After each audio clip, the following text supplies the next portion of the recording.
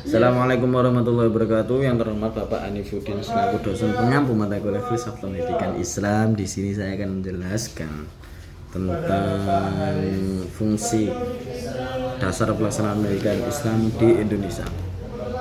Dasar pelaksanaan pendidikan Islam di Indonesia yakni tidak lepas dari alam semesta, dan alam semesta tersebut memiliki fungsi yakni sebagai tata ruang dan habitat dari segala spesies mungkin binatang, dan kita sebagai spesies hayawan lunatik atau hewan yang bisa berbicara dan selanjutnya yakni sebagai pendidikan dan pengetahuan.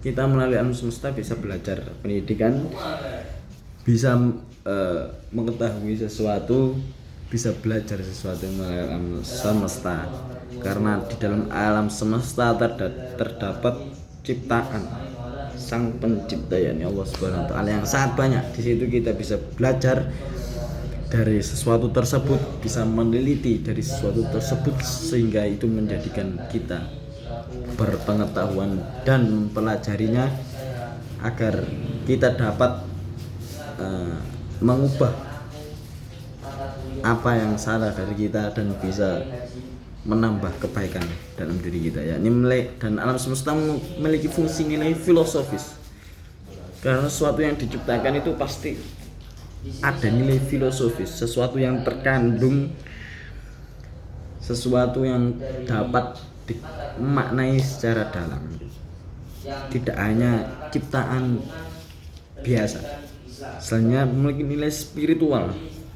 Di sini kita belajar bahwa ada hukum alam semesta diciptakan memiliki fungsi atau sebagai nilai spiritual kita mengenal Tuhan. Kita bisa memahami bahwa alam semesta ini yang sangat luas ini tidak mungkin diciptakan oleh sesuatu yang biasa, pasti sesuatu yang luar biasa. Dan kita sebagai manusia biasa mungkin tidak akan mampu melakukan sesuatu tersebut atau makhluk-makhluk yang lain. Dan alam semesta itu pasti diciptakan dari makhluk. Yani seperti kita ada yang menciptakan kertas. Assalamualaikum warahmatullahi wabarakatuh. Tapi yang menciptakan kertas itu apa?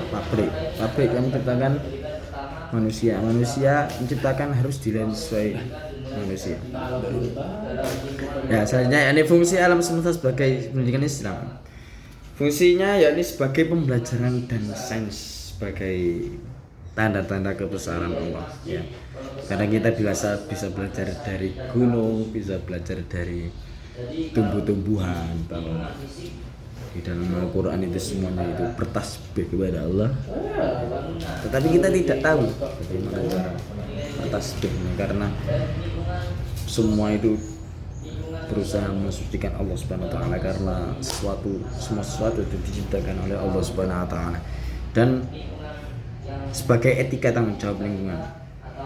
Dan selanjutnya peran manusia dalam alam semesta, yakni sebagai pengamat, kita mengamati alam semesta sebagai sumber pengetahuan, sebagai pencipta sesuatu, yakni seperti melahirkan suatu pemikiran, suatu penemuan gitu.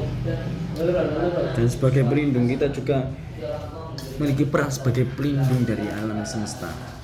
Cuma kita juga yang diberikan kepercayaan oleh Allah sebagai Khalifatul Ardh, sehingga kita memiliki fungsi sebagai pelindung dan sebagai penegur dari antar makhluk sesuai kemampuan kita masing-masing. Demikian sih dari saya, kurang lebihnya mohon maaf. Terus semangat. Assalamualaikum warahmatullahi wabarakatuh.